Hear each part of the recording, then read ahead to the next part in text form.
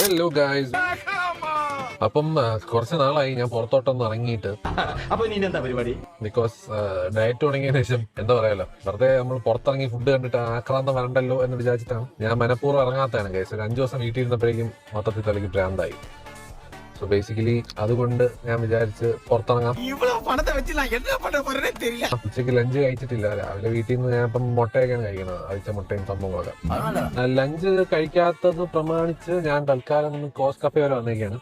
ഒരു സാലഡ് എന്തെങ്കിലും കഴിക്കാന്ന് വിചാരിച്ചു. ബിക്കോസ് മൊത്തത്തിൽ അങ്ങനെ ഫുഡ് അവോയ്ഡ് ചെയ്യേണ്ട ആവശ്യമില്ലല്ലോ.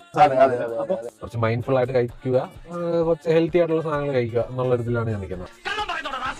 അങ്ങനെ കഴിച്ച് നമ്മൾ ഡിസ്ട്രിക്ട് 7 എത്തിയിരിക്കുകയാണ്. ഞാനൊരു സീസർ സാലഡ് വന്നിട്ടുണ്ട്. ബാക്കിയുള്ളതൊന്നും എന്റെ കണ്ണിന് ഇനി പെടില്ല ഗൈസ്. അപ്പൊ ഒരു സാലഡ് കുടിച്ചിട്ട് ഇവിടെ നമുക്ക് വിടാം. വേറെ ഒന്നും എനിക്ക് കഴിക്കണമെന്നില്ല, അത്രയ്ക്ക് വിശപ്പില്ല. ഞാൻ എന്റെ ഒരു പുതിയ സീരീസ് തന്നെ സ്റ്റാർട്ട് ആക്കിയാലും ആലോചിക്കണം guys. Best salads of Kochi, അല്ലെങ്കിൽ best healthy items in Kochi. അങ്ങനെ ഗൈസ് എന്റെ സീസർ സാലഡ് വന്നിരിക്കുകയാണ്. ഇവിടെ സീസർ സാലഡ് ഞാൻ പറയാം, ഒരു രക്ഷയില്ലാത്ത ടേസ്റ്റ് ആണ് ഗൈസ്.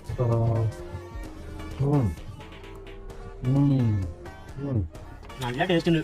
പിന്നെ കുറെ ദിവസങ്ങൾക്ക് ശേഷമാണ് പുറത്തിറങ്ങി ഫുഡ് കഴിക്കുന്നത്. നോക്കാം ഗൈസ്, എവിടെ വരെ പോകുന്ന നോക്കാം. ബ്രേക്ക് ആയി കഴിഞ്ഞാൽ പാവപ്പെട്ടവർക്ക് 100 പേർക്ക് ഫുഡ് കൊടുക്കുന്നു.